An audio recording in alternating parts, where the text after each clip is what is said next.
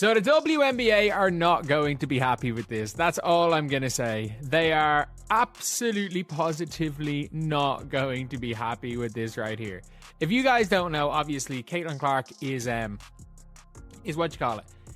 She is in the she's going to be in the WNBA as part of a NBA, NBA team on NBC. And NBC also has got WNBA games.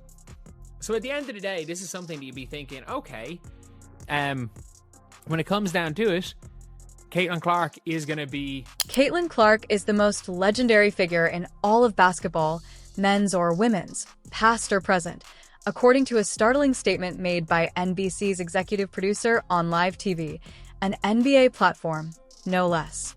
The words lingered in the atmosphere. A shocking revelation directed specifically at NBC's affiliate partner, the WNBA. This was not a covert endorsement. The league and its highly protective environment were immediately incensed by this clear remark. The fallout started right once, igniting a chain reaction of incredulity and debate that no one really expected. Iconic figure in basketball, in women's game right now, or the game in general, about Caitlin Clark. In the game in general, that's all I gotta say is that that is not something that the WNBA will be happy with. We saw it. The WNBPA said that Alyssa Thomas was the reason why people are watching. And by the way, it's not even, people are like, oh, it was the finals about Alyssa Thomas. No. They literally said it wasn't just the playoffs, but our regular season broke records as fans went to watch Alyssa Thomas.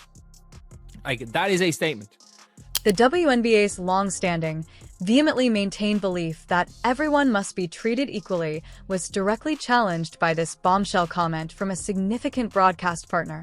The league's sensitive internal politics and its dedication to group identity above individual celebrity were immediately endangered by such an overt elevation of a single player, especially one as divisive as Clark.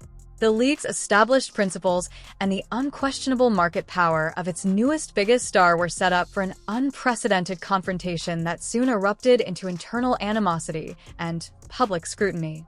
No. They literally said it wasn't just the playoffs, but our regular season broke records as fans went to watch Alyssa Thomas.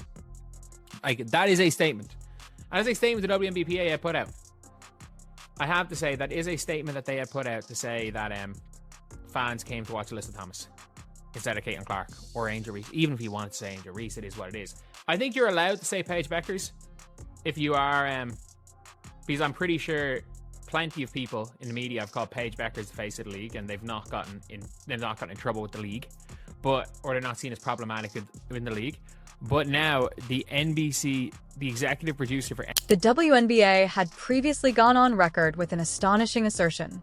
They made it clear that neither Caitlin Clark nor even Angel Reese were responsible for the record-breaking viewership, which included regular season games.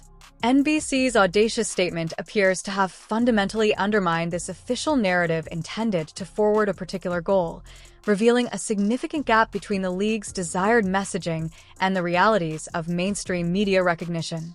The striking contrast draws attention to an ongoing internal conflict over narrative control. Face of the league, and they've not gotten in trouble with the league, or they're not seen as problematic in the league. But now the NBC, the executive producer for NBC Sports, has basically said, yeah, there's no more relevant player, not only in the women's game. And this should be the biggest duh for the WNBA, and the biggest W, that they have basically just said that a player in their league is now, in fact, the most iconic figure in basketball. This is on an NBA post. This is for an NBA show. They have just stated, this instance of selective praise is not unique. A blatant double standard is being applied.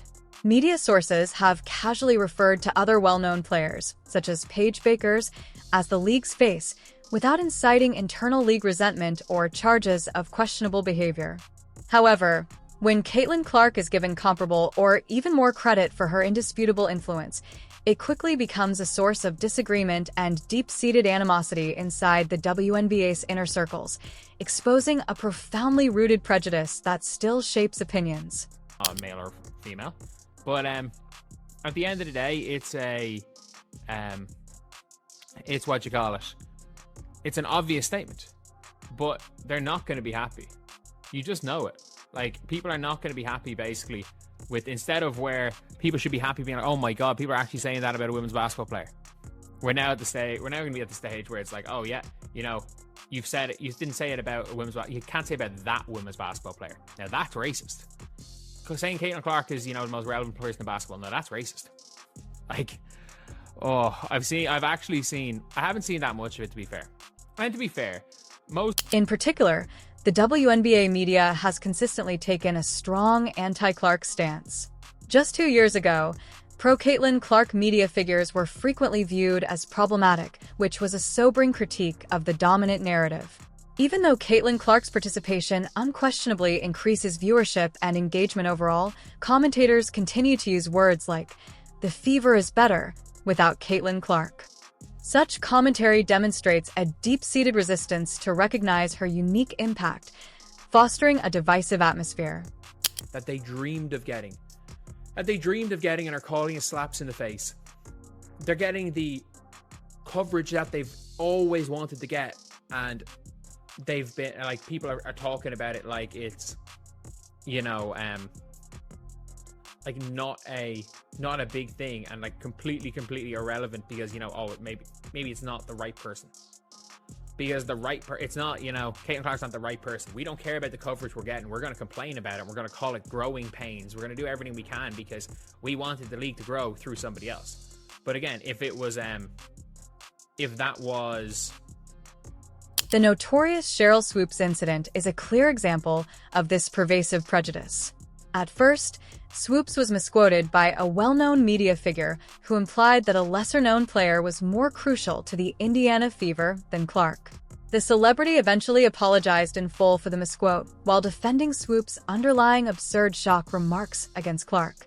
This strange event aptly illustrates the extent to which some people will go in order to minimize or deny Clark's importance, even in the face of factual errors.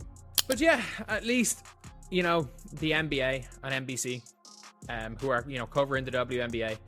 And I do think that the likelihood of Caitlin Clark, if the WNBA season doesn't happen, I actually don't know what's going to happen if the WNBA season doesn't happen. I mean that. I don't know what they're going to do.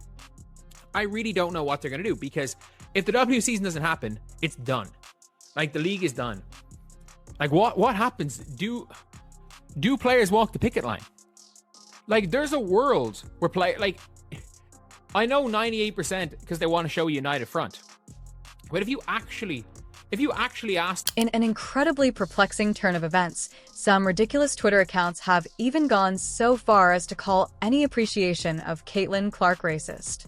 This bizarre accusation attempts to weaponize identity politics to reject her undeniable brilliance and groundbreaking popularity, exposing the extreme lengths to which some will go to discredit her impact. Such unfounded accusations not only divert attention from the actual problems, but they also further polarize a fan base that ought to be applauding the sport's extraordinary expansion and increased attention, causing needless conflict. Some players are openly disregarding these historic prospects as a slap in the face, despite the unprecedented attention and generous financial offers. Many people used to only imagine this amazing coverage, but now it's being minimized as just growth pains. This story highlights a fundamental difference about how the league should develop and who should be given credit for its increased popularity, which fuels the continuous internal conflict and public discussion despite the league's impressive development. Some factions' underlying belief is that Clark isn't the best candidate to represent the league's expansion. It is obvious that someone else should take the lead in this endeavor. This unspoken resistance reveals a deep-seated internal conflict, implying that the issue isn't the growth itself, but rather the person driving it, creating an impediment that threatens to undermine collective progress, despite Clark's undeniable ability to draw in new fans and unprecedented media attention. The WNBA's future is threatened by this internal hostility, as well as continuous labor problems. With crucial CBA talks at a standstill, the possibility of a lockout looms large, threatening to ruin the entire season. This would not only endanger the careers of innumerable players who could lose millions of dollars, but it also runs the risk of wasting the extraordinary momentum Clark has created, putting the league on the verge of a potentially disastrous existential crisis. If these unsolved difficulties prevent a WNBA season from happening, the league is effectively over. The stakes are really high. However, according to people familiar with internal conversations, a startlingly small portion of players, less than 20%, are truly pro-lockout. This considerable disconnect between rhetoric and reality highlights a serious lack of unanimity within the league, demonstrating that most players recognize the devastating implications of a canceled season. Even as leadership struggles to find a resolution, consider the tragic personal impact on Caitlin Clark herself. Her professional basketball career could shockingly come to an end at the age of 23 if the WNBA season doesn't take place.